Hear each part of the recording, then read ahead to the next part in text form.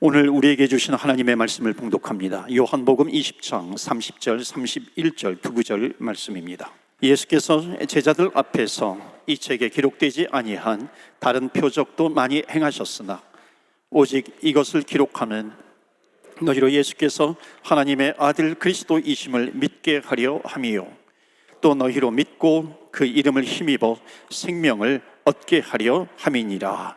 아멘. 하나님 말씀입니다. 오늘은 부모님 주일입니다. 오늘 본문의 말씀은 조금 지루하고 우리 부모님 주일에 해당되는 말씀을 먼저 전합니다. 지난번 그 에베소서 강해 설교 때도 이제 부모 공경에 대해서 제가 잠깐 언급을 했는데요. 한번 보여주시겠어요? 에베소서 6장 1, 2, 3절입니다. 1절에 보시면 자녀들아 주 안에서 너희 부모에게 순종하라. 이것이 옳으니라. 2절, 3절 두 구절 말씀 다 같이 봉독합니다. 내 아버지와 어머니를 공경하라. 이로써 내가 잘되고 땅에서 장수하리라. 아멘. 1절은 부모에게 순종하라. 주 안에서 순종하라. 주 안에서 예수님의 십자가의 사랑으로 사랑하라. 다 포용할 수 있는 사랑입니다. 1절이 되면은 2절로 넘어갈 수 있다고 제가 강해 설교 때 에베소서 말씀을 전할 때 드렸습니다. 그러니까 이 2절은 뭐냐면 내 아버지와 어머니, 부모님을 공경하라 입니다. 자, 부모님을 공경하라. 부모 공경이 무슨 뜻이냐면요, 부모 공경은 이게 헬라어 원문에 보면 뭐랑 연결이 되어 있냐면 이게 잠언 23장 22절하고 연결이 되어 있는데 공경의 아주 깊은 뜻은 뭐냐면 들어드리는 겁니다. 잘 들어드리는 거예요. 자, 23절 잠언서 보면 너를 낳은 아비에게 청종하고 내 늙은 어미를 경히 여기지 말라. 그러니까 경히 여기지 말라. 부모 공경은 뭐냐면 경히 가볍게입니다. 가볍게 여기지 말라. 무게감이 있다는 거예요. 자, 그런데 그 공경하는 방법이 뭐냐면 가볍게 여기지 않는 방법이 뭐냐면은 앞에 나와 있는 청종이라고 하는 단어입니다. 그러니까 청종이라고 하는 것은 뭐냐면은 귀를 기울여 듣는 거예요. 귀를 기울여 들어라. 그러니까 부모 공경은 어디에서부터 시작하냐면 듣는 데서부터 시작을 합니다. 연세가 들어갈수록 우리 부모님 세대 외로움이 많습니다. 그러니까 젊은 날에는 뭐 외로울 겨를도 없이 바쁘게 지내셨어요. 그렇게 살아오셨는데 연세가 들면서 리타이어 하십니다. 그러면은 대화를 나눌 수 있는 대상이 그렇게 많지 않아요. 그러니까 외로울 때가 참 많습니다. 그래, 부모 공경은 뭐냐면 부모님이 말씀하시면은 정말 감사하는 마음으로 들어드리는 겁니다. 들어드리지 못할 때가 반드시 옵니다. 저도 부모님은 이미 소천을 하셨어요. 듣고 싶어도 들어드리지 못하는 겁니다. 그러니까 공경은 어디에서 들어드리는 겁니다. 아, 했던 얘기 왜 또 하세요? 했던 얘기 또 한다고 귀찮아하는 것이 아니라 들어드리는 거예요. 아니, 말도 안 되는 소리 왜 또 하세요? 그게 아니에요. 듣는 겁니다. 그냥 들어주시는 거예요. 넋두리도 들어주시고 푸념도 들어주시는 겁니다. 들어줌이라고 하는 것이 효의 시작입니다. 또한 부모 공경은 어떤 뜻이 있냐면 허물을 덮어주는 겁니다. 여러분, 노아라고 하는 인물, 성경에 중요한 인물인데 노아가 당대 의인이었어요. 그러니까 의인이었음에도 불구하고 나중에 실수를 합니다. 허물을 드러내요. 그러니까 술에 잔뜩 취합니다. 포도주에 취해요. 그래서 자기 하체가 드러나는 것도 모릅니다. 그때 노아의 세 아들이 있었어요. 셈, 함, 야벳입니다. 그러니까 셈과 야벳은 그 아버지의 모습을 보지 않아요. 뒤로 돌아서서 살금살금 가면서 뒷걸음질 치면서 그 부끄러운 부분을 덮어줍니다. 이게 덮어주는 거, 허물을 덮는 겁니다.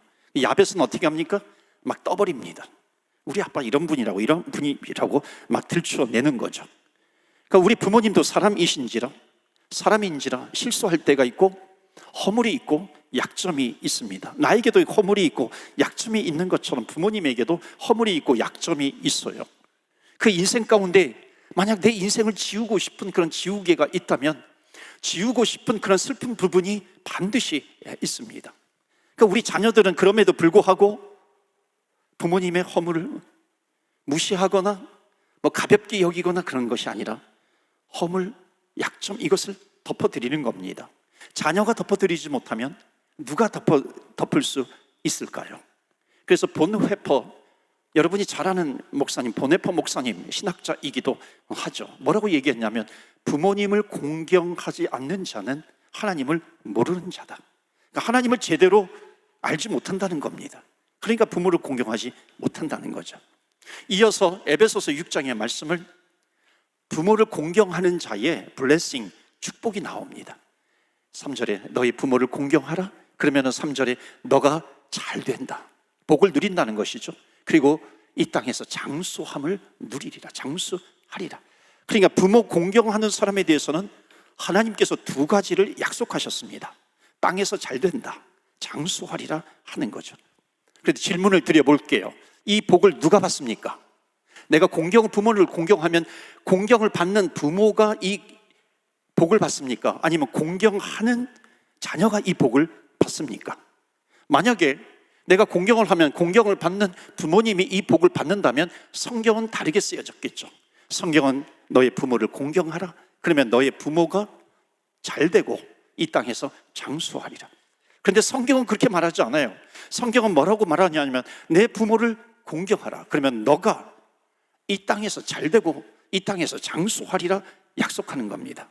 그러니까 하나님께서 약속하신 잘됨과 이 장수의 축복이 부모가 아닌 자식에게 있다는 겁니다. 그런데 많은 사람들이 어떻게 생각을 하냐면 내가 부모님을 공경을 하면 부모님만 좋은 것 같아요. 부모님만 이익이 되는 것 같고 부모님만 이득을 얻고 나는 손해보는 것처럼 생각을 합니다. 아니죠. 이 땅에서 부모님을 공경하면 자식이 이 땅에서 잘 되고 장수하는 복을 주시겠다는 겁니다. 이 장수는 하나님 나라의 축복과 연결이 되는 겁니다. 그러니까 축복 중에 가장 큰 축복입니다. 여러분, 노아의 아들을 제가 잠깐 얘기를 했는데 노아의 아들 보세요. 이 셈과 야벳은 어떻게 돼요? 영적인 축복을 받습니다. 땅에서 창대하게 되는 축복을 받아요. 그런데 함은 어떻게 합니까? 형제들의 노예가 됩니다. 한국에서 꽤 알려지신 목사님이 계세요. 그분의 설교를 제가 듣다가 그분의 설교 그 예화 가운데 이런 얘기를 그 목사님이 하시는 겁니다. 한국에서 2013년도에 있었던 일인데요. 아버지가 간경화로 고통을 당하시는 거예요. 고생하십니다. 근데 아들을 통해서 간 그 이식을 받게 됐습니다. 그런데 그 아버지에게 간 이식을 제공한 그 아들은 그 당시에 어떤 상태였냐면 2, 3개월만 있으면 대학 입학 시험이 있잖아요. 대학 입학 시험을 치루어야 합니다. 그러니까 많은 사람들이 반대했어요. 당사자인 아버지도 반대했습니다. 그런데 자녀가 아들이라고 하면, 자식이라고 하면 당연히 해야 될 일을 한다고 하면서 수술대에 올라가 가지고 자기 간의 70%를 떼어준 겁니다. 수술 후유증이 생겼어요. 그 수술 후유증으로 인해서 대학 입학 시험에서 성적이 저조했어요. 자기가 원하는 대학에 들어가지 못했습니다. 재수하게 되었죠. 재수하는 1년 동안 열심히 공부했습니다. 그리고 자기가 원하는 대학에 들어갔습니다.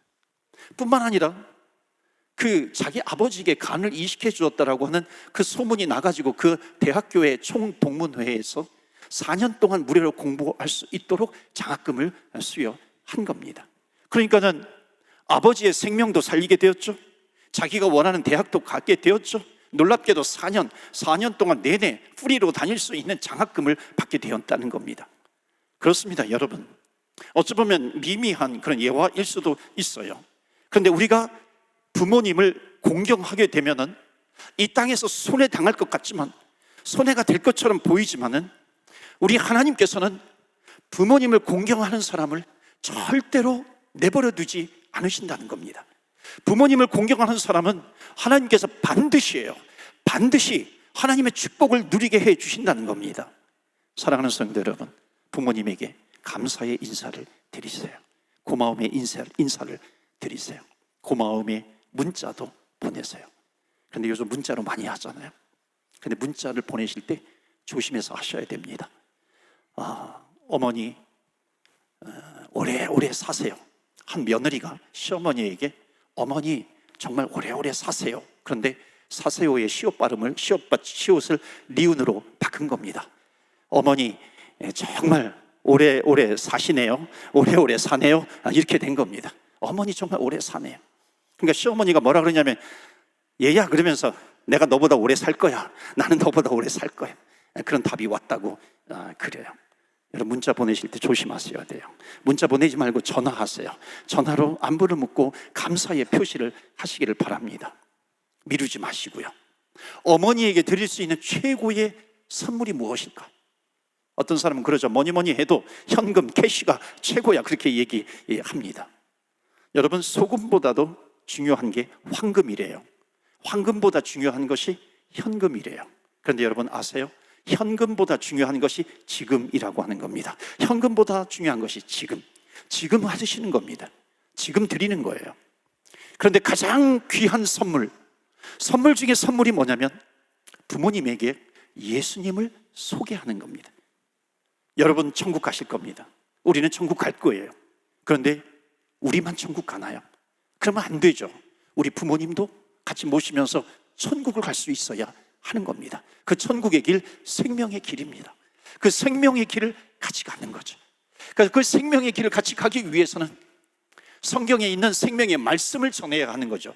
복음을 전해야 하는 겁니다. 왜냐하면 하나님의 말씀 가운데 뭐가 담겨져 있냐면은 생명이 담겨져 있습니다. 하나님의 말씀에 생명이 담겨져 있어요. 그렇기 때문에 생명이 담겨져 있기 때문에 생명의 복음, 예수 그리스도를 전하는 것이 정말 효도 중에 효도예요. 부모님의 축복 중에 축복이라는 겁니다. 지난주에 한 아프신 분을 신방을 했습니다. 이분은 참 호흡이 어려운 분이에요. 그러니까 이렇게 10m 걸어가면 이렇게 지쳐가지고 더 이상 호흡이 딸려서 걸어가지 못합니다. 쉬어야 돼요. 앉든지. 그리고 또 10m 걸어가요. 10분 이상 걸어갈 수가 없어요. 그러니까 이분이 저에게 뭐라 그러냐면 목사님, 그래도 성경을 읽으면 내 몸은 힘이 빠지는 것 같은데 하나님의 말씀을 읽으면 힘이 나요. 주의 말씀을 읽으면, 성경을 읽으면 힘이 나요 그러더라고요. 그렇죠. 왜냐하면 하나님의 말씀에는 뭐가 담겨져 있어요? 하나님의 생명이 담겨져 있습니다. 병원에 계신 분을 신방했어요. 그분도 나이가 많으세요. 그분이 뭐라고 고백을 하냐면 병석에 누워서 일어나지도 못하시는데 정말 여기에서 기도를 하면 하나님께서 이렇게 말씀해 주시는데 정말 인생을 살아가면서 회개할 것을 계속해서 생각나게 해 주신대요. 그래서 계속해서 이 병실은 내가 하나님 앞에 회개하는 장소예요. 하나님의 말씀이 들어가면 생명이 들어가는 겁니다. 그러니까 생명이 들어가게 되면 그 영혼은 반드시 살게 됩니다. 자, 오늘 본문의 말씀 요한복음 시리즈로 이어지는데 오늘 본문의 말씀은 뭐냐면 왜 성경을 기록했느냐라고 하는 말씀이 나옵니다. 성경은 모세 때부터 요한계시록, 창세기, 출애굽기, 레위기, 민수기, 신명기, 모세 5경을 지은 사람이 모세인데 신약성경의 마지막 요한계시록은 요한이 썼습니다. 창세기부터 요한계시록까지 약 1500년이 넘는 기간, 그 기간 동안에 쓰여졌어요. 그리고 40명이 넘는 이 성경의 저자들이 기록을 한 겁니다. 근데 놀랍게도 1500년 이상 기록이 되었어요. 40명 이상이 기록을 했는데 놀랍게도 그 주인공은 단 한 사람, 단 한 분, 예수 그리스도라고 하는 겁니다. 그러니까 성경을 읽어요. 성경을 읽으면 반드시 우리가 누구를 만나게 되냐면 예수 그리스도입니다. 그런 분 계시잖아요. 성경을 내가 10독했어, 20독했어, 심지어 내가 성경을 100독했어. 여러분 한번 생각해 보세요. 내가 성경을 100독했는데 그 안에 주인공을 내가 몰라? 그러면 성경을 100독하는 것이 자랑이 아니죠. 어찌 보면 좀 부끄러운 거죠. 그렇지 않습니까? 누가 영화를 봐요. 영화를 보는데 이 영화가 너무 재미있어, 감동이 돼요. 그래서 그 영화를 100번이나 봤다 그래요. 이 옆에 있는 친구가 질문합니다. 너가 영화를 좋아서 100번이나 봤는데 주인공이 누구야? 그러면 주인공 몰라요. 몰라 그러면은요, 여러분 100번을 봤다라고 하는 것이 자랑이 아니죠. 이것은 창피한 겁니다. 부끄러운 겁니다. 성경을 읽고 나서 아브라함은 보여요.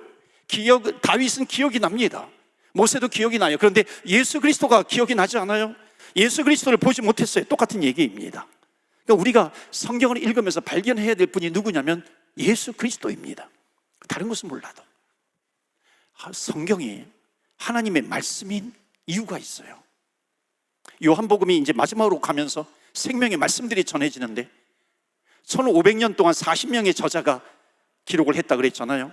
여러분 40명이 모여가지고 한 테이블 위에서 디스커션해서 이걸 어떻게 우리가 기록을 해야 될 것인가 의논을 했나요? 의논을 하지 않았어요. 그런데 불가사의 중에 불가사의가 뭐냐면은 1500년 동안 진행이 되면서 그러니까 다른 시대의 저자들이 다른 곳에서 기록을 했는데 놀랍게도 신비 중에 신비는 뭐냐면은 정말 일목요연하게 누구를 위해서 기록하고 있는가 그것이 선명하게 드러난다는 겁니다. 일관성이 있어요.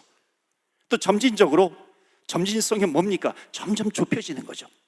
점점 그 주인공이 좁혀지면서 드러나고 있다는 겁니다. 오직 한 분, 예수 그리스도. 그 이유가 뭐예요? 성령이, 하나님. 성령 하나님께서 이 말씀을 기록했기 때문에 그런 겁니다. 여러분 1500년 동안 말씀을 기록하는데 이게 일목요연하게 기록이 된다라고 하는 것이 여러분 얼마나 어려운지 아십니까? 지난주에 우리 찬양대 세미나를 했어요. 1부, 2부, 3부 다 모여서 찬양대 세미나를 했는데 얼마나 그 레크레이션을 하는데 굉장히 즐겁게 하더라고요. 게임 중에 이런 게임이 있어요. 사회자가 이렇게 편을 짜내죠. 그러니까 한 10명 정도 있으면 제일 앞 사람에게만 글을 보여줍니다. 그러면은 그 다음부터는 모션을 취해가지고 마지막까지 전해야 해요. 그리고 마지막 사람이 그것을 받아서 어떤 글이었는지 맞추는 겁니다. 그런데 모션이 다 틀려요. 그냥 마지막에 딱 들춰놓고 보니까는 무엇을 얘기했는지 잘 모릅니다. 다른 답을 쓰는 거예요. 또 이런 게임이 있어요. 말 이어가기 게임이 있습니다. 그러니까 첫 번째 사람에게 사회자가 몰래 이렇게 글을 이야기를 합니다. 문장을 이렇게 얘기해요. 글 하나를 얘기합니다. 그럼 뒤에 사람에게 그걸 받아가지고 귓속말로 소곤소곤 하면서 그 말을 전해주는데 마지막에 딱 펴보면은 사회자가 얘기한 것하고 틀려요. 굉장히 쉬운 것처럼 보이잖아요. 쉬운 것처럼 보이는데 그렇지 않다라고 하는 겁니다. 그런 경우 있잖아요.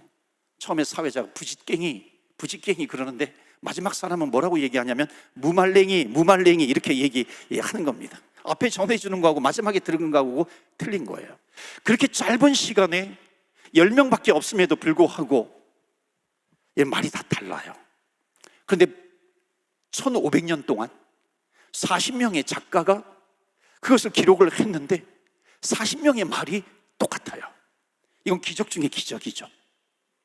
신비 중에 신비입니다. 왜냐하면 그 저자가 누구냐면 성령 하나님이시기 때문에 그런 겁니다. 성령 하나님께서 저자가 되어주셔서 이 책을 기록한 거죠. 그래서 오늘 본문의 말씀 보시면 30절에 예수께서 제자들 앞에서 이 책에 기록되지 아니한 다른 표적도 많이 행하셨으나, 그러니까 예수님이 성경에 기록되지 않은 다른 많은 일들도 행하셨대요. 그런데 왜 기록하지 않았어요? 31절에 그 이유가 나옵니다. 오직 이것을 기록하면, 그러니까 이것만을 기록한 것은 너희로 예수님께서 하나님의 아들 예수 그리스도이신 것을 알게 하는 것이고 믿게 하는 것이고, 그 믿음이 있으면은 예수의 이름에 힘을 입어서 생명을 얻게 하려 함이니라. 이것이 성경 기록의 아주 중요한 목적입니다. 예수님이 하나님의 아들 그리스도이시야, 이것을 믿게 하는 것입니다. 예수 이름에 권능이 있어, 그러니까 예수 이름에 힘을 얻게 하는 겁니다. 생명을 얻게 하려 함이니라. 그러니까 생명을 얻는 것이죠. 그래서 이 성경은 뭐예요? 말씀은 뭐냐면 생명을 주시는 겁니다. 그러니까 이게 왜 생명의 책이냐면 디모데후서 3장 16절에 보시면 모든 성경은 하나님의 감동으로 되었다 그랬어요. 그러니까 모든 성경 1500년 동안 40명의 저자가 이 책을 기록했는데 성경은 하나님의 감동으로 되었다. 여러분, 하나님의 감동의 뜻이 뭐냐면 이 헬라어 원어를 찾아보면 그게 무슨 뜻이냐면 breathe in, 하나님의 호흡입니다. 하나님의 숨이에요. 하나님의 숨이 들어가는 겁니다. 그러니까 예를 들어서 성경을 기록해요. 모세가 기록을 해요. 신약 성경에 마태, 마가, 누가가, 요한이 성경을 기록합니다. 성경을 기록하는 그 순간에 하나님의 호흡, 하나님의 숨, 이것이 그 글 속에 들어간다는 것입니다. 그렇기 때문에 이 말씀은 그냥 보통 책에 종이에 기록되어 있는 말씀이 아니라 하나님의 감동으로 기록이 되어 있다. 성령님의 호흡이 들어가 있어요. 그렇기 때문에 살아나는 거예요. 그래서 그 성경은 생명의 책이다. 살아있는 책이다 말씀하는 거죠. 이게 마치 뭐와 같으냐면 창세기 2장 7절에 보면 하나님께서 인간을 만드시잖아요. 아담을 창조하세요. 아담을 창조하신 다음에 흙으로 창조하실 때에 그냥 너는 흙덩어리로 살아라 그대로 놔두지 않습니다. 어떻게 합니까? 생기를 불어넣으시니 사람이 생명이 된지라.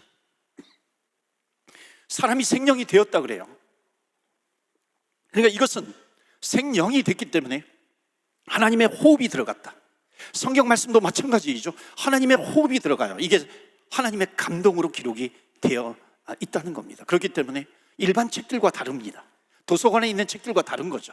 집에 책장에 꽂혀 있는 책들과 다르다라고 하는 겁니다. 살아있는 거죠.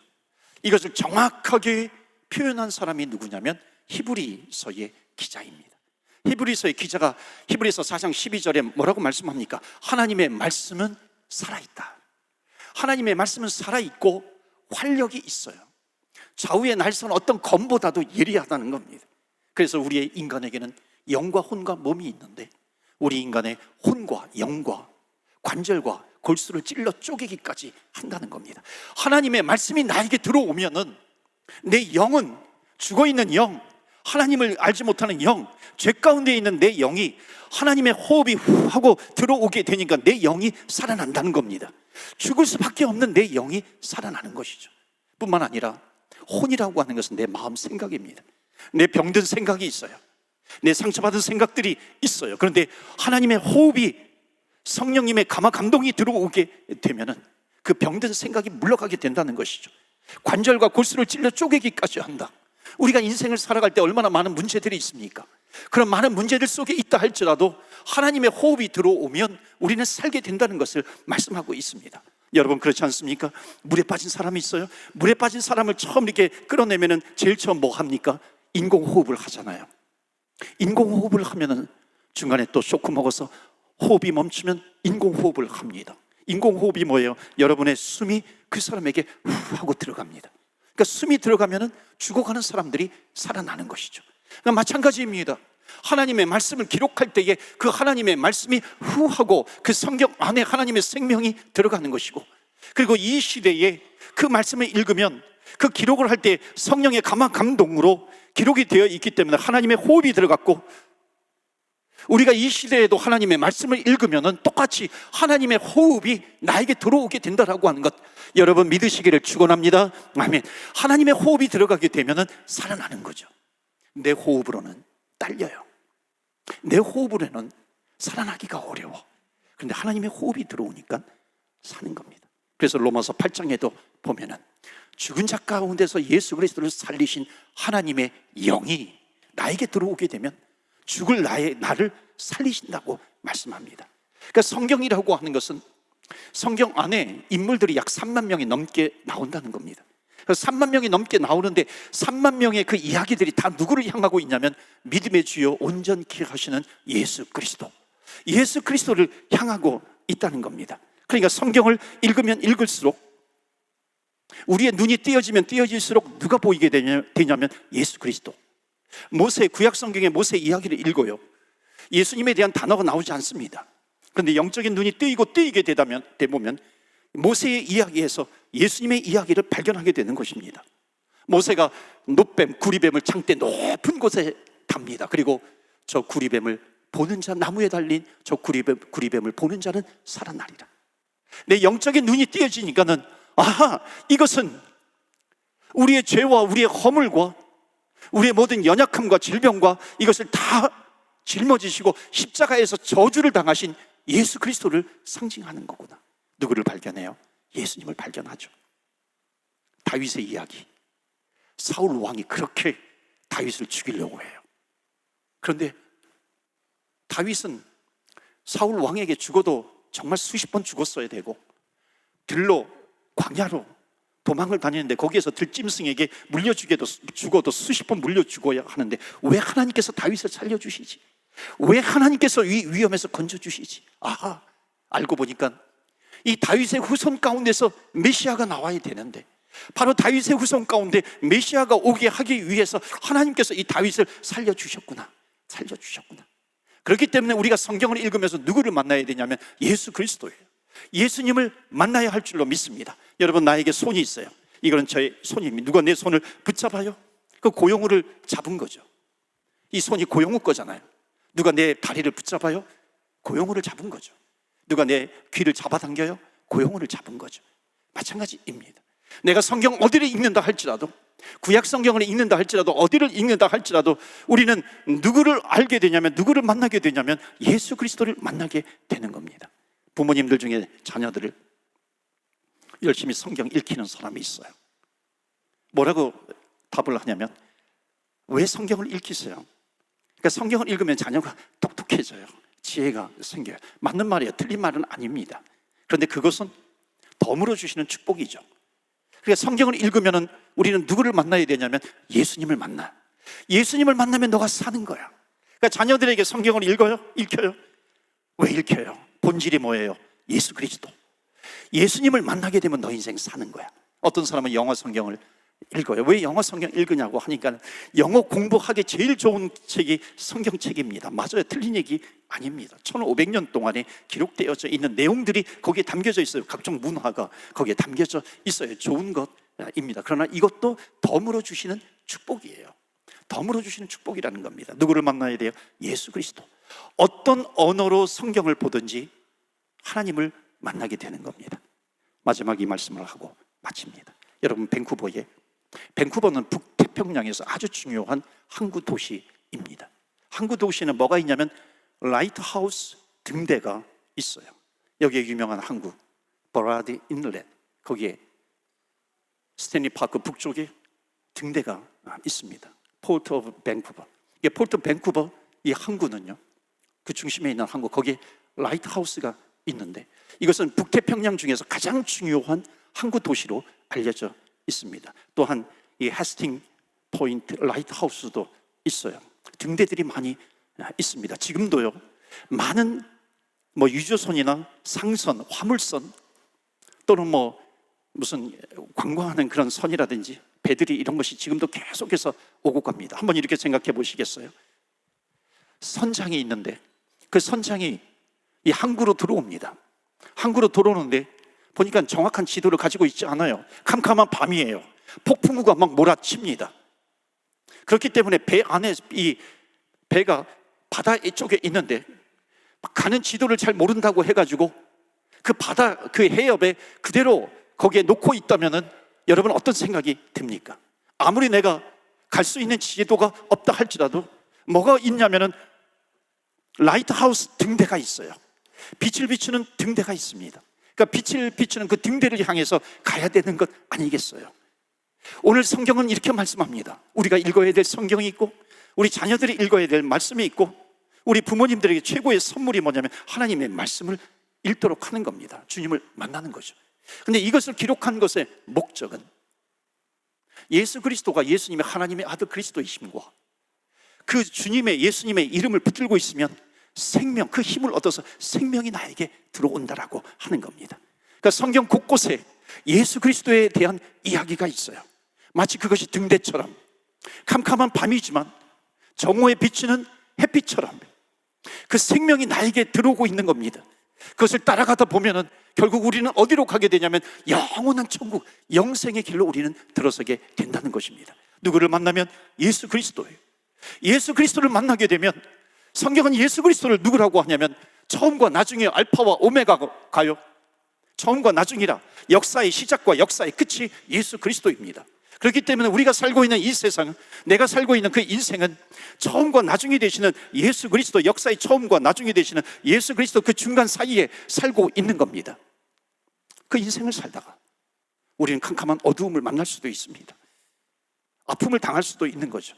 상처를 가지고, 그 아픔을 가지고서 살아갈 수도 있습니다. 폭풍우를 만날 수도 있어요. 그러나 그 가운데서 우리 위에 소망은 누구에게? 예수 그리스도.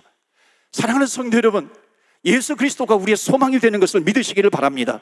내 주 인생 태어날 때부터 내 인생 죽을 때까지 여러 가지 문제들을 많이 만나지만 그 가운데 우리의 유일한 소망이 되시는 분, 생명이 되시는 분, 그분이 바로 예수 그리스도세요.